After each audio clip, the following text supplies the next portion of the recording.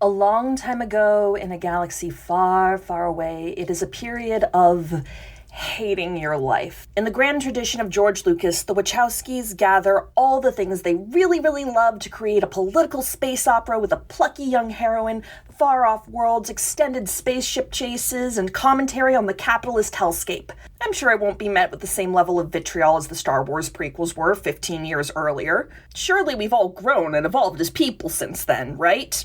Right? This podcast is for entertainment purposes only. The views expressed therein are solely those of the speakers and do not necessarily reflect the views of their employers.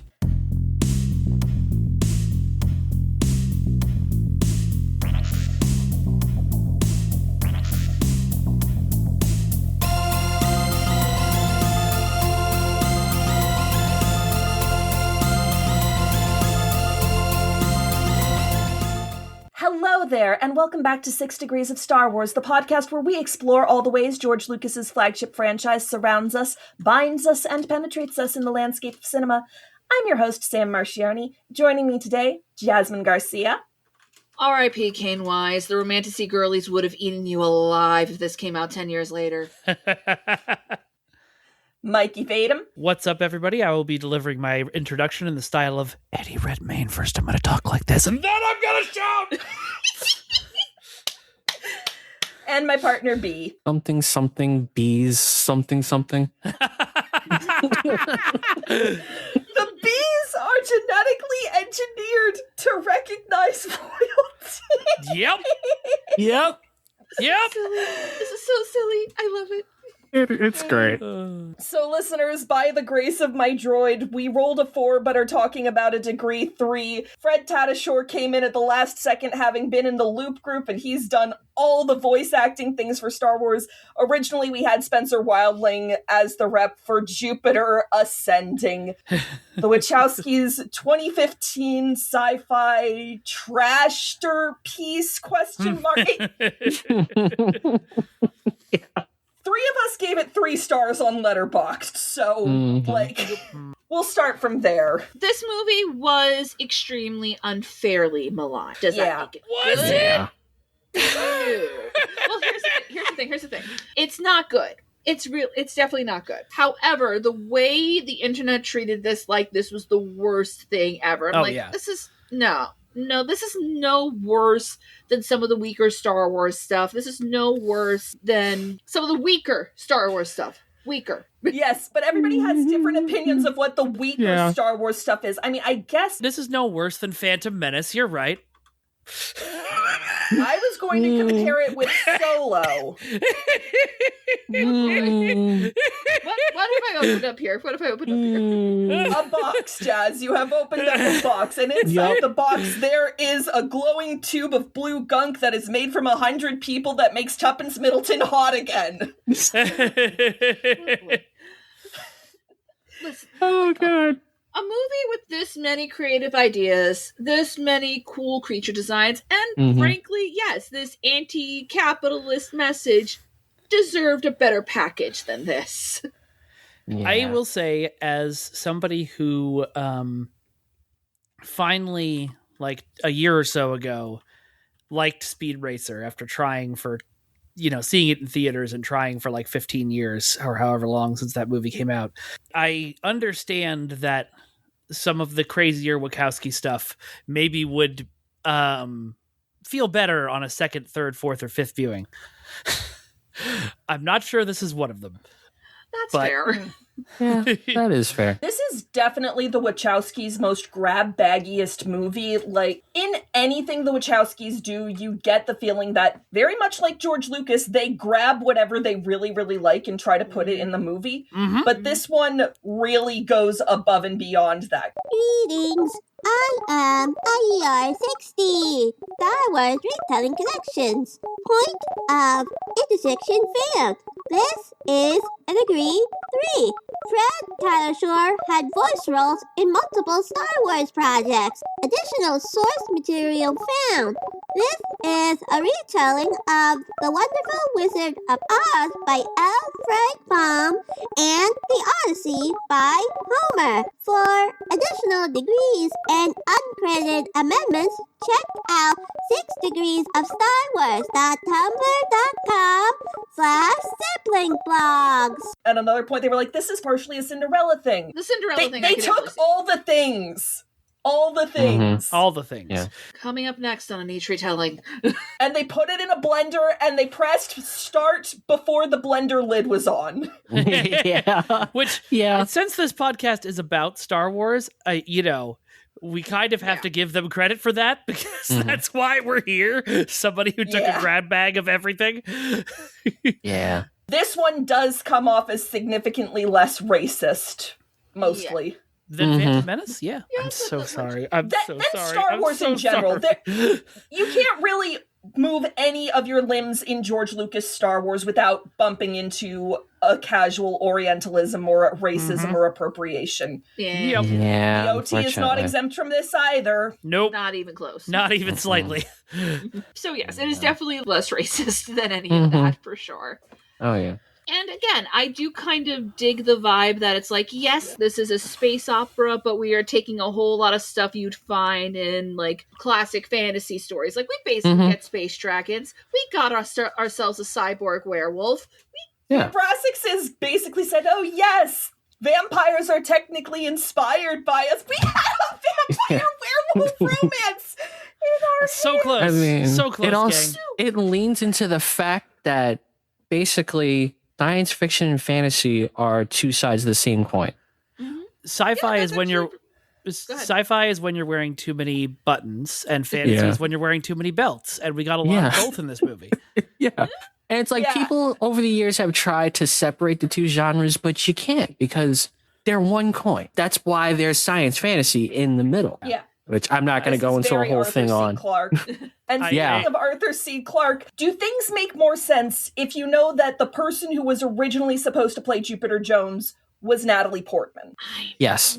Yes, and also, yes, actually. I can definitely see that. Natalie Portman probably would have elevated this a lot. Yeah. Yeah, so, like, when Natalie Portman dropped out, they were, like, targeting Rooney Mara for a little bit, and then it went Rooney to Mara Mila was Kunis, interesting. and Mila Kunis was not the right person for Jupiter Jones. Yes, between this and Oz the Great and Powerful, I'm sorry. Actually, no, I'm not sorry, Mila. You defended Danny Masterson.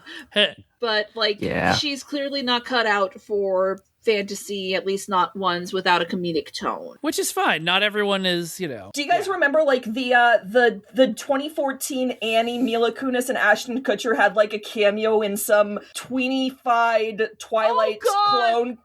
Oh, and God!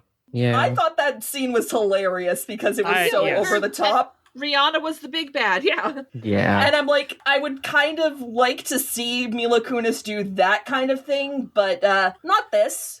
No, you need someone who can, like, pull this off, and she cannot do that. She was great in the most recent Knives Out movie, but she also didn't have much to do in the most recent Knives Out movie, so... I have yet to see that one. Oh, It's good. you got it.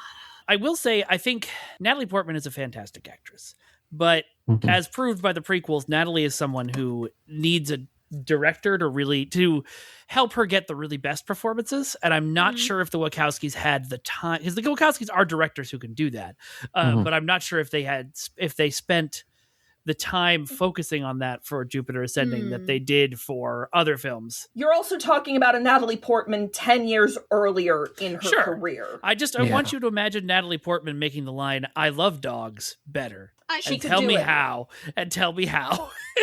I don't think you can make that one. Honestly.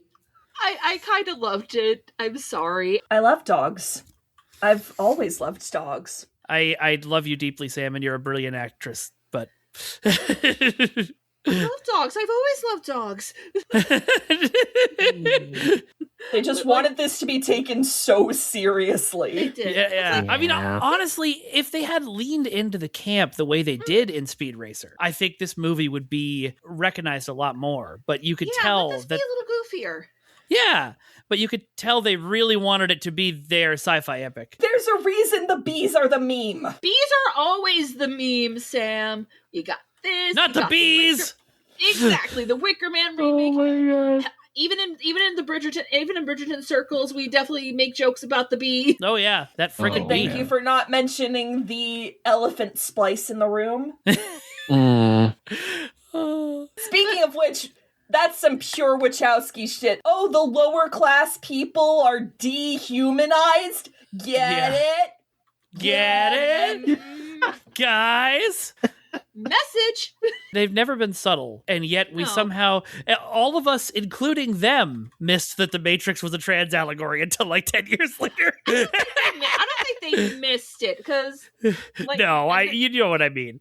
I do, because, like, I mean, not to put too fine a point in it, like, the train scene in the first Matrix movie looks an awful lot like something like, I can't remember which one of them was. One of them did make an attempt at a train station at one point, like years prior. So the fact that was the scene where Neo almost dies, but then affirms after being called Mr. Anderson one too many goddamn times, like, my name is Neo. Like, after learning about that scene became so much more fantastic to me. The signs were all there. I just was young and dumb.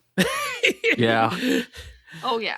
See, I only watched The Matrix after I knew, which is... Oh, yeah, that helps a lot. Yeah, same. Which is funny because long before I saw The Matrix, I was just planting my flag, like, this is The Matrix with a girl and y'all are just mean. Oh, yeah, people are definitely way too mean to this movie. For sure. Yeah. Oh, yeah, for sure. Yeah. I mean, people are too mean to every movie. And the thing is, as much as I'm the guy sitting here going, would it be better? I'm also the guy who, I will die on the hill of art is subjective. And if you think it's a good movie, it's a good movie, because Mortal Kombat is the greatest movie of all time.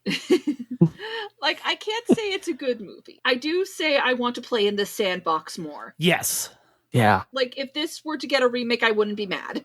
I don't think what it needs is a remake. What it needs is a TV series where we've recast, at the very least, Jupiter and Cain. I'm sorry, Channing Tatum, this is not your space either.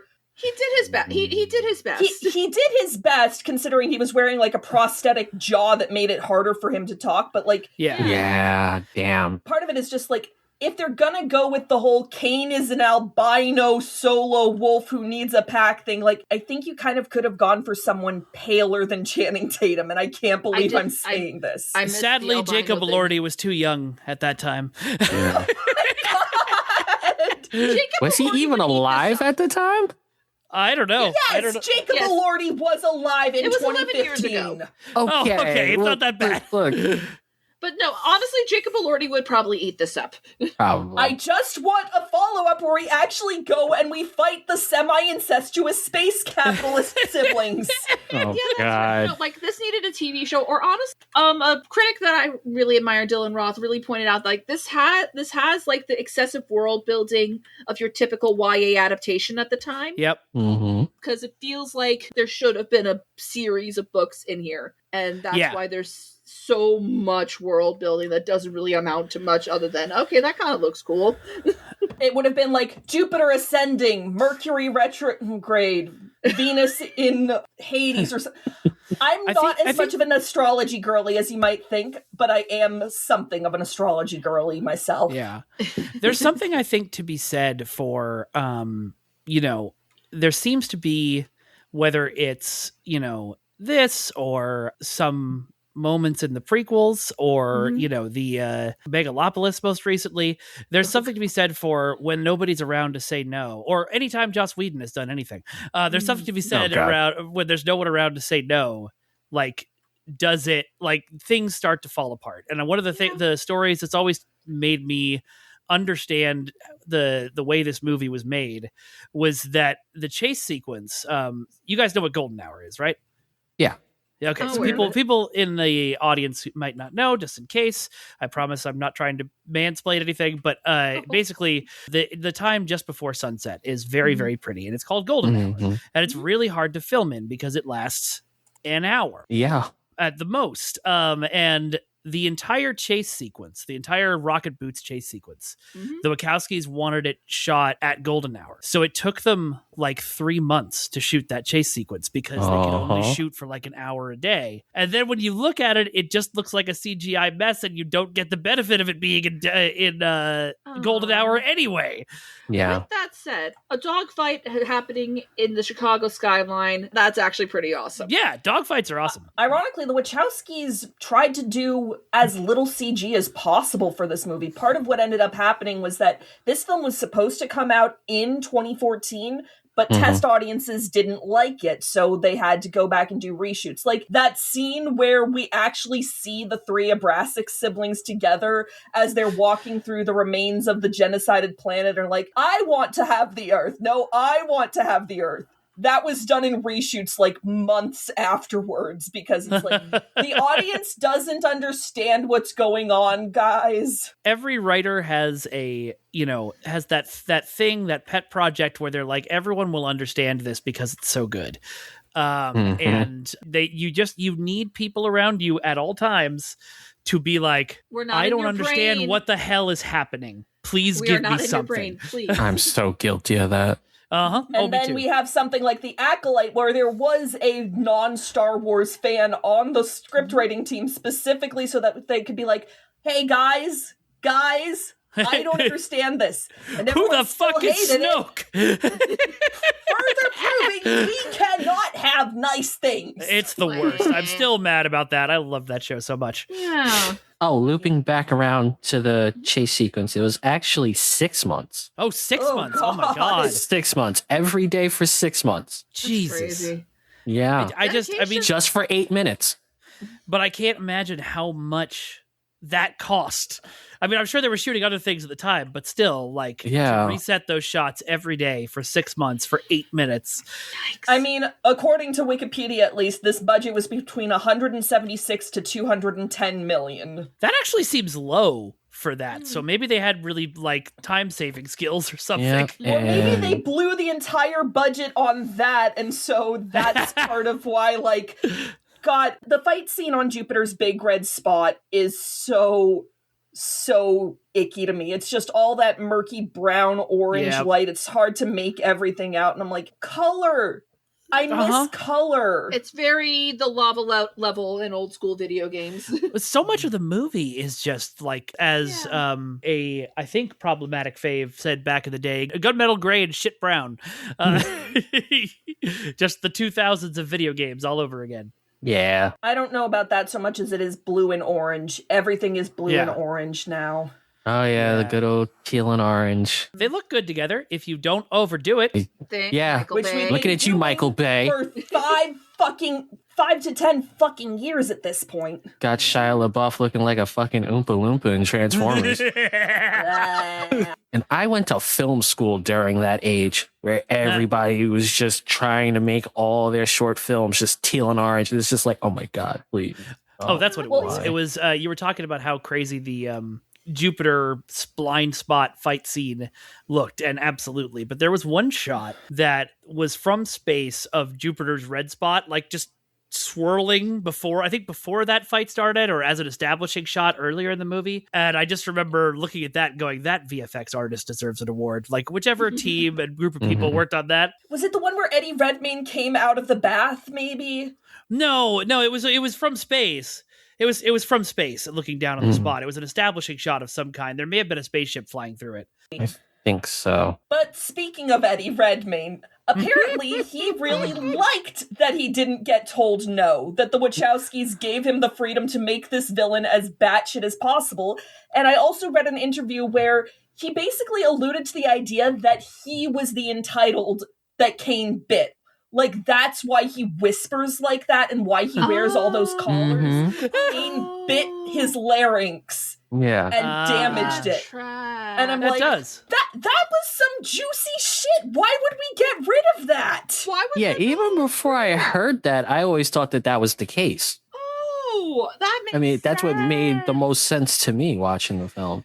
That's a good justification. The thing about actors is, and I say this as an actor, and I say this to a bunch of actors who I love, the thing about actors is if you put them in a dramatic scene and you don't give them the boundaries to wheel themselves in, they will start shouting 100% of the time. I watched a production of Proof once where I was in the front row in a 20-seat theater, and the two leads shouted at each other for the entire show from beginning to end, and I wanted to die. Yeah, that's exhausting. Yeah. It's the worst. Shouting is good, actors, when it's appropriate, but you can't do it every time you have an emotion. I'm sorry. God, if I could. Life If I could go back and tell my 20-year-old self doing Caligula in college that would have helped. I'm so sorry. Yeah. I wish I could have. Yeah. Because it's like, oh, I get to be Caligula in this? Okay, I'm just going to chew the scenery as much as possible. I mean, if you're going to do it with anybody, Caligula is the one to do it with. Yeah, exactly. Yeah. At least that was a relatively safe space to do that. But you're right, because, like, I know that if I usually give everything, like, 100% until someone stops me.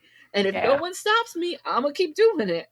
And most actors, because we're all a giant insecure puddle of insecurities, if you give 100% and the director says nothing, you're going to give 200% and then 300%. And then Eddie Redmayne won an Oscar the same year this movie came out. We don't like talking about that Oscar. No, we don't. That movie was not worth talking about. But the fact that he put in this performance and then won an Oscar in the same year is glorious. It is. It's a trend. It does, though, end up feeling like preemptive punishment, because then, like, a year after that, he did The Danish Girl. So now you can go back and watch a movie where he was directed by two trans women, and he's just getting fucking owned. And I'm like, this is nice. And I give Eddie Redmayne points for actually, like, apologizing for that and also holding firm against Miss Joanne. Yes. Oh, I didn't know he apologized for that. That's great. Yes, he did. Mm-hmm. Eddie means well, from what I can tell. Like, yeah. He a little confused, but he got the spirit. Yeah. He just seems to want to be friends with everybody. He's a bit of a puppy of a human being, it's from what I've seen, yeah. Yeah, you can tell in, like, interviews and stuff. Like, yeah, he does not look like Douglas Booth and Tuppence Middleton's sibling at all, though. No. He has to be, like, a half-sibling.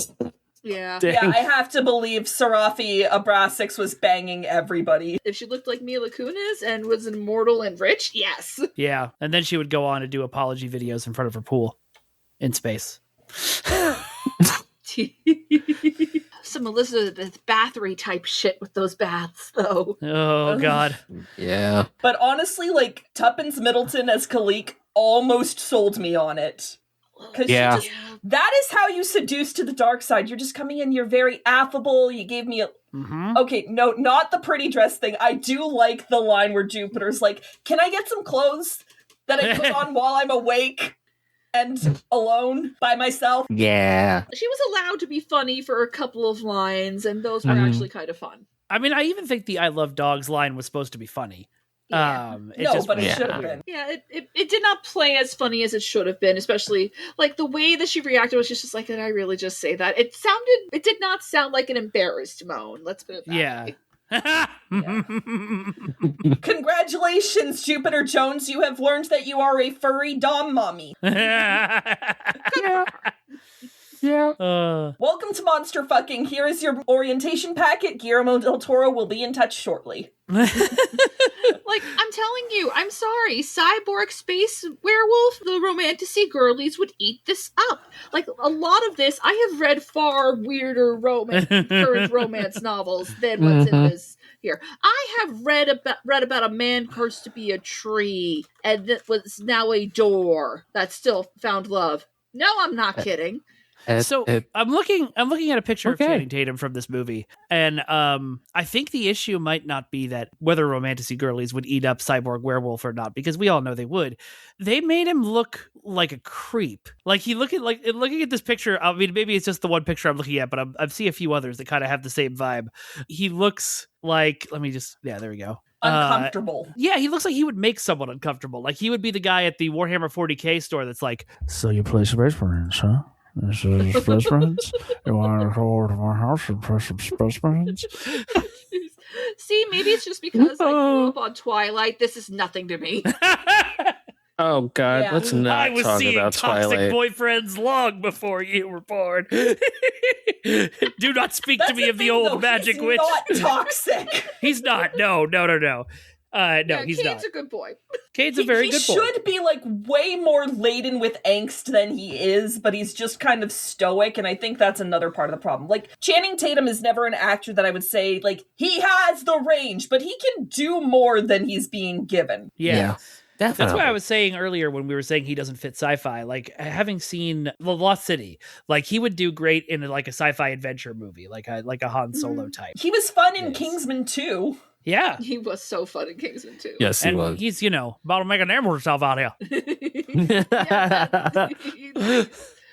That is true. And if it had a more comedic tone, I feel like he and Mila would have thrived. Yeah. But it took itself a little too seriously for it. Yeah. Just a little too I think this is on the edge of being a camp classic, and it didn't camp enough to be a camp classic. Yeah. I'm not trying to troll you for once, Sam, when I say this, but it's in that same kind of ground as the prequels, where it's sitting on the fence where if it falls one way, it becomes total camp, or if it falls the other way, it becomes, serious sci-fi, but it's too much on the fence and doesn't fall one way or the other. Yeah, either you're right. This could be a camp classic that we do midnight screenings for, or this could be like a genuinely really good sci-fantasy thing that could maybe rival Star Wars. God knows we need one. Besides Guardians. So much. Funniest moment in the movie to me, actually there are two. One of them is Jupiter sticking the maxi pad on the wrong way. Baby girl, that's not the absorbent side. Like, no. And then he takes his shirt off and somehow the blood has come through. I'm like, okay, are there maxi pads that do this and I just have never noticed? Because if I put a maxi pad on like that in my underwear, I'd be giving myself a Brazilian. Oh, no.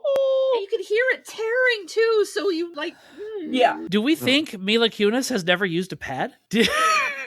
Well, she was going on for a while about not taking baths, so who the fuck knows? But the absolute funniest line to me is, "You don't treat cousin like chicken!" That's so funny. Yeah. I did kind of rock with her complicated family. I did kind of rock with them. They were the U.S. fertility industry is a trap. Do not get engaged with it. Like, they are bad. They are way too unregulated. To the point where you can, steal Vanessa Kirby's name and sell your eggs that way. Vanessa fucking Kirby is in this movie. Holy shit. Yeah, she is. No, I didn't recognize her either because, it was 10 years. She wasn't making an Invisible Woman face either. That too.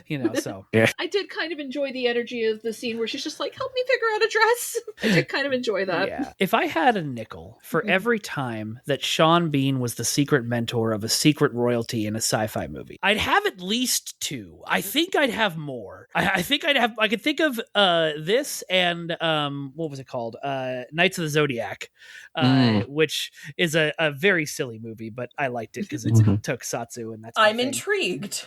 If you've never seen it, it's definitely well, that's a whole nother podcast. It's probably got some degrees of separation. Maybe we could talk about it another time. Of course it does. Everything is Star Wars, Mikey. Everything is Star Wars. That's the entire reason we are here. Now I'm looking it up. But yeah, Sean Bean lives in this. I know. Wild. It was around the same time, too, that he was starring in a TV show that their major marketing campaign at WonderCon was Sean Bean doesn't die in this. Legends. Literally, they had posters that were like, Sean Bean doesn't die. Yeah, the show was Legends. He was like he was an undercover agent. That's right. Yeah, I remember that. And honestly, the thing is, they set him up for several possible deaths. He could have died in the raid on his house, but nope, he came back so that we can have that thing of of fucking course they threatened his daughter to make him betray Jupiter, etc., etc. And then we have the stop the wedding raid on the ship, and then we could have had him die in the Great Red Spot fight. But nope, Sean Bean lives. The human bee lives. Sean Bean! Oh, God. I can't. Again, this is far too many bug nuts ideas for it to not be a little bit more bug nuts. Right. Yeah. If everybody else had matched Eddie Redmayne's energy, maybe Eddie Redmayne wasn't the one who was wrong. Maybe everyone else was wrong. What if Mila Kunis was like, I love dogs! Right. And the splices are so on the nose. Belem's second in command dude is a rat splice, and he's a sneaky little rat, and Kalix is an owl, and he's he's wise or whatever, and Titus has Guguma Bathara, who is too good for this movie, as a deer, because she's fawning over him. Yep. Why is she in the space orgy? If you have Guguma Bathara around and you're not at least inviting her to the space orgy, what are you even doing? Yeah. Yeah, you got a point. A zero-gravity space orgy. Yeah. That was kind of awesome. Yeah, that was kind of awesome. But awesome. Yeah, shame that this movie is PG-13. The Wachowskis find good orgy scenes. Witness every Sense8. The Wachowskis like group sex. Good for them. I really thought everyone else would be like, oh yeah, I like Sense8, not Deadly Silence. Mike has talked about an orgy. We are now weirded out. I was too busy thinking about the orgy from Matrix Reloaded. That long fucking thing. I keep meaning to watch Sense8. I keep meaning to, and I've never gotten around to it, especially because that was when I was starting to lose my faith in, like, I cannot watch new shows. They will just be taken away from me. And it was. Yeah. Yeah. At least it came back for a movie. Yeah, it did. Yeah, they did get to kind of wrap it up. Which is good. Which is more than I can say for my baby Willow. Did I? Oh, God. You just had to bring up Willow, huh? At least I have it on Willow Blu-ray. Hours again. Mm. Now there's a moment of silence. So the Abrasic siblings all want to fuck their mom, right? Yeah. What kind of Oedipus shit is going on in that guy? Mommy issues. Like, the minute she walked out of that pool naked, it's just casually talking to the woman who has her mom's face. It's like, honey. It's like, it's sis, come on. And then it's weird. It's weird. I get it. They're royals, so obviously things are going to be weird, but... That's way too weird. Like, no. I mean, I guess that was how it was back in the day, but you figure, 40,000 years in the future or wherever we're at. Not necessarily. Fucking time don't matter to them. No. Yeah, that's true. That's very true. Time does not matter to them. Also, like, I was scrolling through Tumblr for the shits and giggles of it, and I came across somebody who made the argument that the Abrasics family are Fae. They are space Fae. Yeah. I could see it. Don't give them your name. Jupiter was originally protected because she used a false name when she was going in to do the egg donation. Do not eat anything they give you. Titus tries to feed her. Do not thank them when they give you information. Khalik gives her all the information. Don't take gifts from them. Titus gives her a big fucking ring. Do not offend them. Jupiter starts shooting off her mouth at Belem. Shit goes sideways. Yeah. It was fun watching her call their asses out, though. Yeah. Yes, it was. That That was one of the better, like, the dichotomy they were obviously trying to go for, which is a little YA coded. It was like normal girl in weird situation. And so like all the times that she didn't put up with anyone's weird space shit was probably some of the best parts of the movie. Undoubtedly.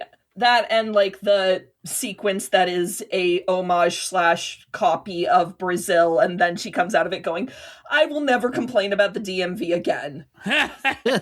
Yeah, that was yeah, I was just like, you will never be Douglas Adams. How dare you? What I was reminded of was the Brooklyn Nine-Nine scene where Amy gets stuck in a loop about the form thing. To get an approved 1290, I need an approved 1021J, which I can't get without an approved 1290, which I can't get without an approved 1021J, which I can't get without an approved 1290, which I can't get without an approved 1021J, which I can't get without an approved 1290, which I can't get without an approved 1021J, which I can't get without. She's in a loop. You broke her brain. I'm gonna take her out of here. So even that could have been funnier, and it wasn't. Yeah.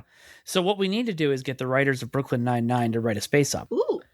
I would actually really dig seeing Michael Schur do a space opera. He kind of started with The Good Place. That's right. I forgot he was Brooklyn Nine-Nine and Good Place, and he had everything good in the last 12 years on TV. Yeah, most of the good sitcoms of the last 20 years, yes. The Schurniverse. So I guess now we know who's doing the hypothetical follow-up TV series where we finally dismantle space capitalism. Yay! Yeah.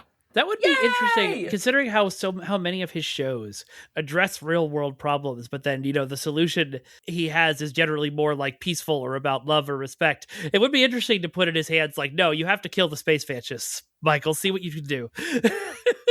I think we have to kill this guy, Michael. Damn.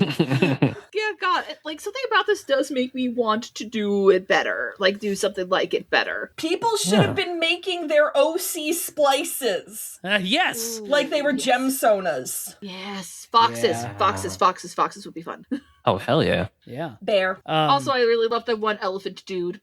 I think that's the mark, though, of a movie that, or a TV show or a book or whatever that has some potential that you just find yourself sitting there going, I could just change like 2 things and this would be great. I won a copy of Valerian on Blu-ray at MagFest as a joke. They were handing out joke DVDs of bad movies. And I remember watching that in theaters and being like, if you just took out the first scene where he's coming onto her and made them an established couple throughout the entire movie, suddenly you have a good movie because all of the weirdness is gone. Yeah. Luc Besson understand how relationships actually function when there's no pedophilia involved? The devil, you said. I'm not asking. I know I'm asking for a miracle. The other one that I really wanted to do was the Tom Cruise Mummy movie, because I feel like the lead female scientist character in that movie was really cool, and Tom Cruise and his friend didn't actually add anything to the movie, so you could just cut them out. Jazz, do not make the pitch right now. B's thinking about it too. You should be. Sit. Both of you. I'm good. Sit. I'm good. I'm good. Sit. Yeah. Hey, so the next episode of In Our Retelling is... Believe it or not, there's already a full podcast of it. I am not doing unpaid promotion for a show where I had to do paid promotion. Oh, yeah. Yeah. Fine.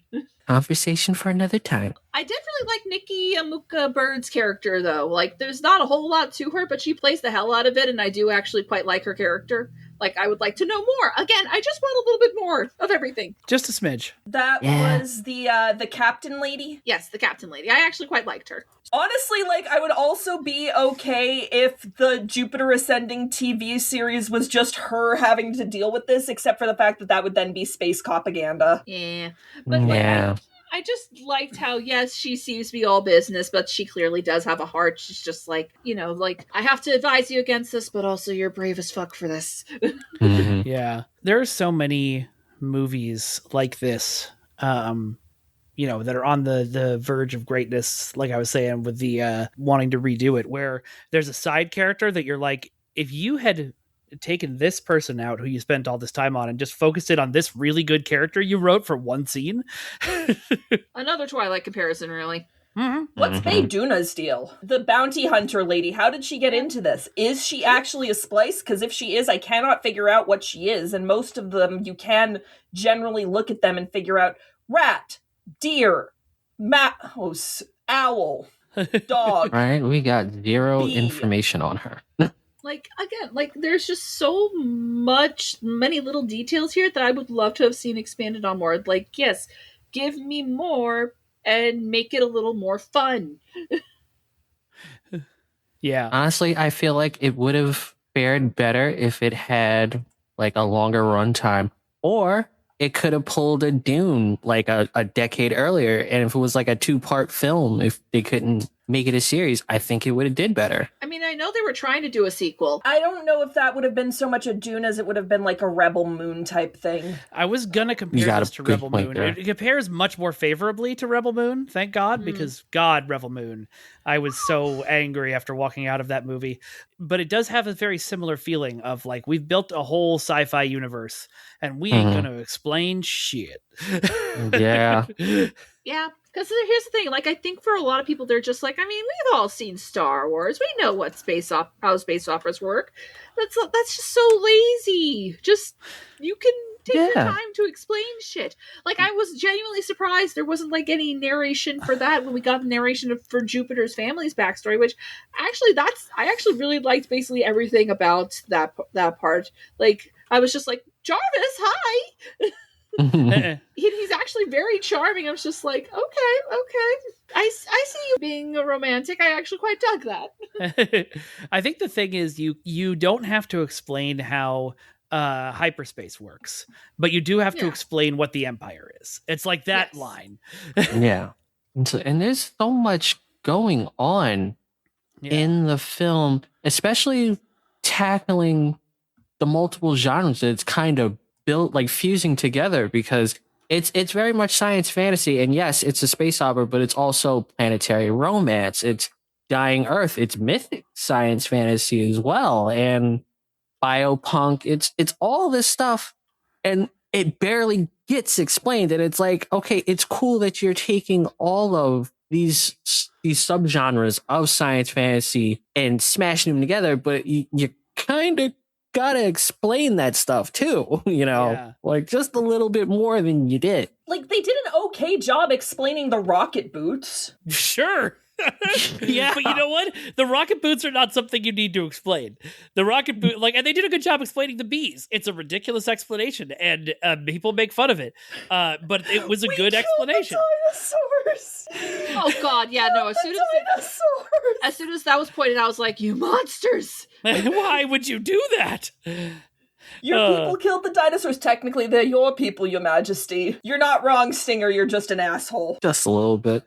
When you guys mentioned the bounty hunters, I went and looked up because I was having soft memory on who they were. And there's just so many proper nouns in this paragraph. There's so many proper nouns. And when you're introducing that many concepts and characters at somebody, you needed Mila Kunis to be the through line, but you also can't stop the movie every 2 seconds for her to be like, Kane, what's that? And him to be like, well, bark, bark, bark, bark, bark. You've gotta you just gotta cut some stuff. Yeah. Save it for the next movie. Leave some stuff a mystery and explain some stuff better. Although the most unbelievable thing to me in all of this is that Jupiter goes to work as a cleaning lady with a perfect smoky eye. Yeah, like what? You can't have Mila Kunis without a perfect smoky eye. And also it is kind of implied that she has fancy sensibilities in spite of dealing with it. So, again, more proof that she is truly royalty. Yes, exactly. Yeah. So, you know what? It's just kind of distracting and I think lessens the transformation aspect of it. Yeah. That is very fair. I think it might have been more impactful if, her makeup was trying to be the perfect smoky eye, but it wasn't that great. And then suddenly, she's in Khaliq's Alcazar and she has this really pretty professionally done makeup, but it doesn't look like her. That would actually work a lot better, yes. You know what this whole conversation is making me want to do? Remake Princess Diaries in space. That's kind of what this was. Not quite. You're not wrong. No, not at all. No, you're not. And hey, we've had Julie Andrews as a monster of the deep. Why not have her be the queen of space? Hell yeah. Hell yeah. Dearest gentle reader. Also, I did kind of like the bookends of I Hate My Life and, their mother hating her life too and begging Bellum to kill her. And she's just like, I'm not your fucking mom. I mean, that's not exactly what she said. This is not an R-rated movie, but although they could have squeezed it in. They PG-13, you get one. You get one. The only problem is you have to use fuck in that instance in a non-sexual context. And the Abrasic siblings have kind of ruined that. Good fucking call, my young Padawan.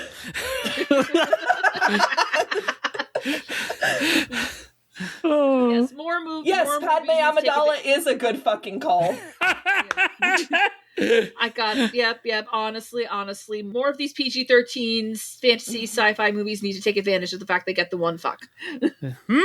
But not the one fuck. You can say fuck.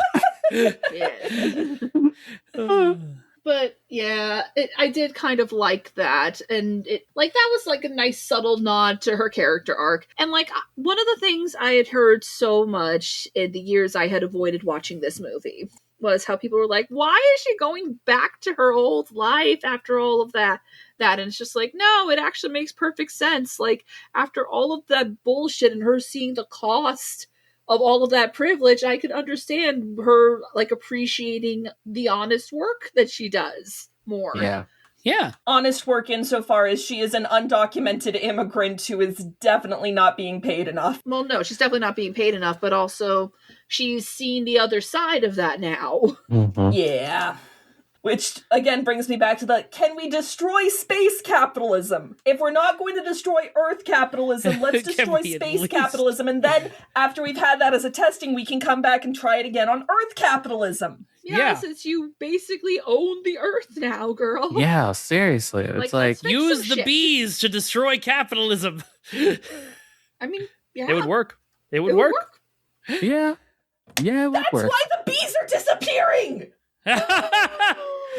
The army is getting built. The war will come soon. Bees disappearing! You saying bees are aliens? Don't be so daft. Not all of them. Oh my god, David Tennant would have been so fun to have. David Tennant should have been Stinger, not Sean Bean. David Tennant should have been Kane. Can you imagine that? I think David Tennant was he was kind of out of his heartthrob stage by 2015. Shocking, not in my eyes, but yes. I was going to say, people in the comments, no, he was moving shout out.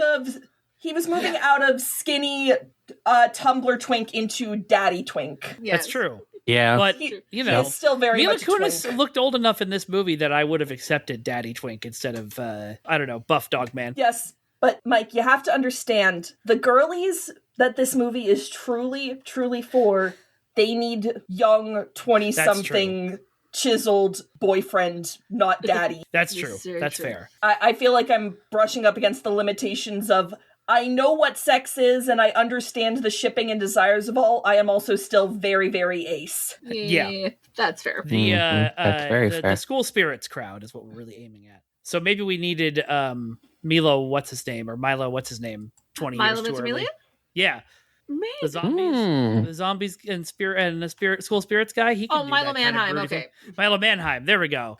Yes, maybe we needed him 20 years early. Not the This Is Us guy. No, not the This Is Us guy. Although the This Is Us guy would probably do a good job too. Yeah, probably. But yeah, he was well past his teen heartthrob days there too. Yeah. He had already passed it with Gilmore Girls. Honestly, Yeah, like good you point. kind of get the idea they might have wanted a Hemsworth for this. Yeah. But honestly, yeah, actually, Chris would have probably done a good job. I don't know if Liam Liam would. Hemsworth also. Really? Okay, I haven't swear seen him act It much. was almost like they were trying to make Channing Tatum look like Liam Hemsworth You're in not wrong. certain angles. You haven't seen the Hunger Games, Mikey? No. This is a topic for another podcast at another Yes. time. But the Fascinating. ending of the book pissed me off so much that I never watched the movies, Valid. Yeah, I get that. which is not something I usually say. But No, I get you. Yeah. Getting back to Jupiter's family for a second, I like that they all did come around in the end. Like, they started out with the, what the hell do you want $5,000 for? You're just gonna blow it on something stupid. And then the cousins, like, she wanted it for a telescope. And they're like, oh, we'll all help. yeah, Well, yeah, because it reminded her Yeah. mother of the man she loved. Oh. Yeah. the spaceman. He's a starman. This movie could have benefited from a David Bowie needle drop, ? Probably. I mean, yeah. most things do. Yes. True. I mean, they used it for Skeleton Crew. Oh no, never mind. That was not a David Bowie song. That was a song that was a response to a David Bowie song. But still, I mean, Guardians of the Galaxy, the first one used Moon Age Daydream. yeah, man, that soundtrack is good. Yeah, it really is. But like, imagine if that would have showed up in Jupiter Ascending like a decade, not even like a decade, like just like a few years before. James Gunn would have been pissed. Yeah, he'd been like, damn it. I mean, Jupiter Ascending came out less than a year after Guardians, which I know, that's why I had to correct myself. it doesn't make sense in my head, but it's true. Wait, oh my. Sorry, I was just scanning over the cast list again. Everybody here has seen Ted Lasso, right? Of course. Yes. I know enough of it, yes. So, Jeremy Swift, the actor who plays Higgins, is Yeah. one of Jupiter's cousins. I did see that. Mhm. That's funny. I gotta look that up. Yeah. I saw him in something else recently. That He was really the one who not was Higgins. beating up what's-his-face going, don't treat your cousin like chicken! Which, that did redeem his character in my eyes, because before that he was being a sexist asshole. Yeah. I mean, Yeah. I feel like that's sort of how the Jupiter royal family works in general. Just any kind of asshole you can imagine, we have genetically bred. Well, no. This wasn't for the royal family. It was from her family on Earth. Like, the guy who was like, yeah, you're just going to spend it on shoes or something. And it's like, okay, yes, save money, but fuck you, asshole. I mean, I also kind of get the feeling that Jupiter doesn't really talk to her family that much at the start of this, which is probably how her shitty cousin was able to get her isolated like that, to be like, hey, you know what's a great idea? Sell your eggs. I get 10 grand, you get 5. That's capitalism, babe. Oof. Uh, About as obvious about its themes as you're my own personal Jesus Christ from The Matrix. Yeah. One can never accuse the Wachowskis of subtlety. But some No, anvils never. need to be dropped. Given the what's the word? It's not reading comprehension, but the comprehension of, you know. The media illiteracy epidemic. Thank you. Yeah. Where given where that's at, maybe we do need more anvils. Maybe we do need to just grab and shake these people sometimes. Yeah, 100%. Paging Yakko, Wacko, and Dot Warner. Yakko, Wacko, and Dot Warner, please come to the set. This is a Warner Brothers movie, so that works. Yes, it does. Yes. For a little while longer. Don't. So sad. So sad. Can we stop getting horrifying news for like a week? Is that so much to ask? Shit, not even a week, just like a couple of days. Remember when our biggest problem was that the Wachowskis' sci-fi movie was kind of mid? Honestly, I think that is still what this movie's biggest sin is, which is also, I think, kind of the sin that, to bring back last time's episode with the Marvels and also Captain Marvel, it's that it's not good enough to be amazing, but it's not bad enough to be horrible. Yep. Yeah. And people are so much harder on mediocrity. Well, and because people are, because there's no nuance anymore. So everything has to be either the greatest thing ever made or it single-handedly destroyed an entire franchise. Man. Because a woman smiled at someone once, I guess, or didn't. I don't know. And also misogyny, yes. And also misogyny, yes. Yeah, pretty much. So remember, dear listeners, this Women's History Month, misogyny ruins everything. If you didn't already know that, how did you get to this podcast? Yeah. Misogyny is inherently linked to the capitalist system, and if you don't believe us, just look up what Victoria's Secret and Pink were doing and who they were doing it with. There are a lot of PDFs involved. Shit.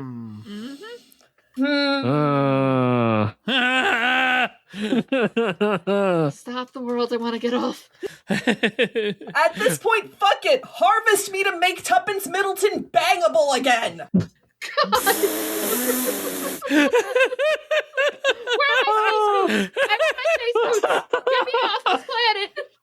Really, they make that scene so spooky and so silly, and it's like, this woman is talking to her mother's reincarnation while naked. Yeah. Yep. Yeah. So fucking awkward. Giving a speech that's like semi-eugenicsy. Well, technically that's earlier about like, our genes are practically a religion, and so a recurrence is like a reincarnation. I'm like, I heard a speech kind of similar to this in Alex Garland's Annihilation about genes having an expiration date, but like... Just imagine after the Jupiter royal family, or if the royal family gets canceled, them, being like, guys, it was just about blue jeans. Out! The number of people trying to fill the hole that Grady has left, my God. I was talking to someone who was having a bad day the other day, and she didn't really want to talk. And so to fill the silence and cheer her up, I told both of my extremely long dad jokes. Aw, that's sweet. That is sweet. I will say this movie has reinforced my belief that every single person should be required to do the draft, but for customer service and or sanitation work. Yeah. Yes. Everybody needs to work customer service once in their life, and every customer service person gets to slap one person a month, and they don't have to declare when they've done it. And if you're on the call center and therefore not customer facing, you get to swear at them for one call. Yeah. I don't know. Maybe we should have rent-a-slappers who can drive to people's houses and slap them for you. That would be... I'm okay with that. Amazing. You would have to have a highly regulated process for that, though. Come on, quick, to the Hall of Signets and Signatures! Quick, unionize the slappers! We now cut to an extended montage of going through department after department after department. Oh, my hell. Exactly. Any final thoughts? I want better for this movie. Just in general. I do too. And I'm trying so hard not to start a rewrite. I really am. Remember what we promised. I'm going to talk with you about it after this. And I love you. Okay. Oh, yeah. Well, I'll be good for now. So anyway, in my script... No. I have not stolen Jazz's formula for that yet. You get it eventually. Sam, the sound you hear is Sam hiring a unionized slapper to come to my house. No, the sound you hear is Sam evoking the spirit of George Lucas and recognizing nothing is original, so I'd rather just steal it from somebody who's smarter than me. Fair. Aww, I'm not smarter than you. That's really sweet. Yeah, well, I think you might be smarter than me because I've put myself in a position where I have to ask, is the Force with Jupiter ascending? No. No with an asterisk, I guess. No with a question mark? No with a maybe someday, if somebody else takes the material and does something with it. Or if the Wachowskis take the material and do something different and better with it. But no. Yeah, maybe like a limited series. It truly, truly breaks my heart that this is the movie that is breaking our streak of yeses. But honestly, I have to agree. I would not, return to this movie is what I think is really the end result for me. There are a lot of fun concepts in it, but the way I put it in my letterbox is that this is so bad it's good, so bizarre it's bland. That is a really good way of putting it. Yeah. And I can excuse bad movie. I can have a lot of fun with bad movie, as I did watching this. But a forgettable movie, that's the real crime. And this isn't forgettable, but it's not nearly as memorable as it should. Yeah. I mean, I forgot a lot about this movie. Understandable. Yeah. I do think that we need to bring back Don't Treat Your Cousin Like Chicken in the age of reproductive oppression. Yes. Fully. I fully agree with that. Yes, let's make that good ad for the midterms or something. That's a band name if I've ever heard one. Ooh. Don't treat your cousin like chicken in the age of reproductive whatever it was you just said by Fall Out Boy. Yes. Mikey, would you believe that someone made the Panic at the Disco joke at karaoke last night? Nice. So thank you for completing that.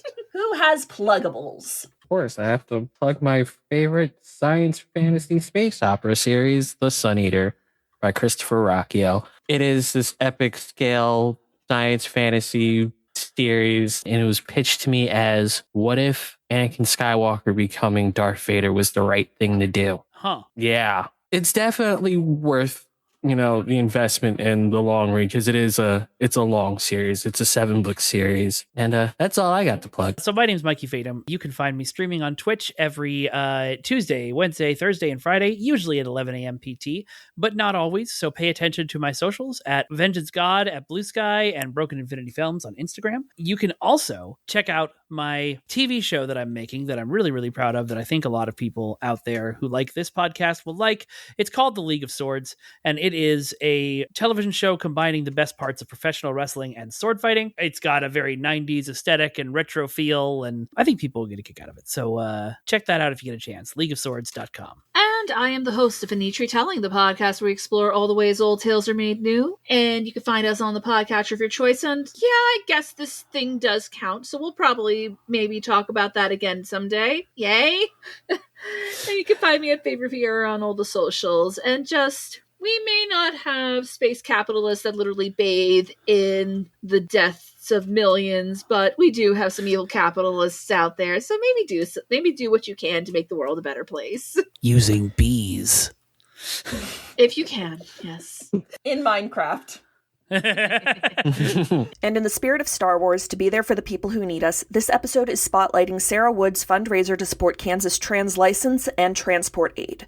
The state government of Kansas has passed a law revoking the driver's license of any trans person who has changed their gender markers, effectively barring them from public life.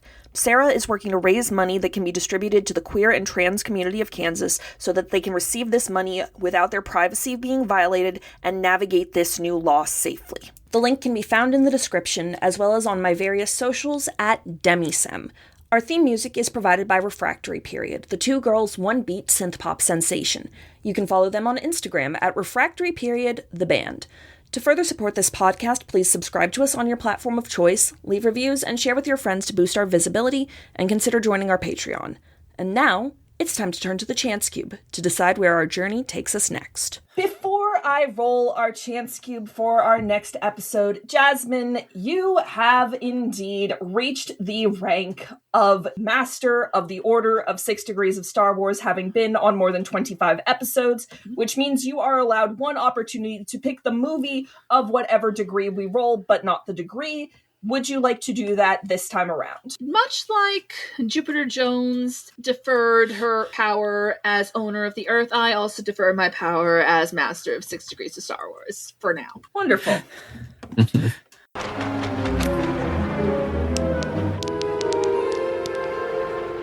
It's a 4. Maybe a 4. Okay, it's a 4, and it is actually a 4 this time, which means that our next episode is going to be the movie Conclave. Oh, hell yes! Hell yes! Amazing movie with a very amazing sequel, so we'll see you all next time to talk about that. Stay safe, stay strong, stay beautiful. Salvete omnes, and may the force be with you. And also with you. Conclave has a sequel?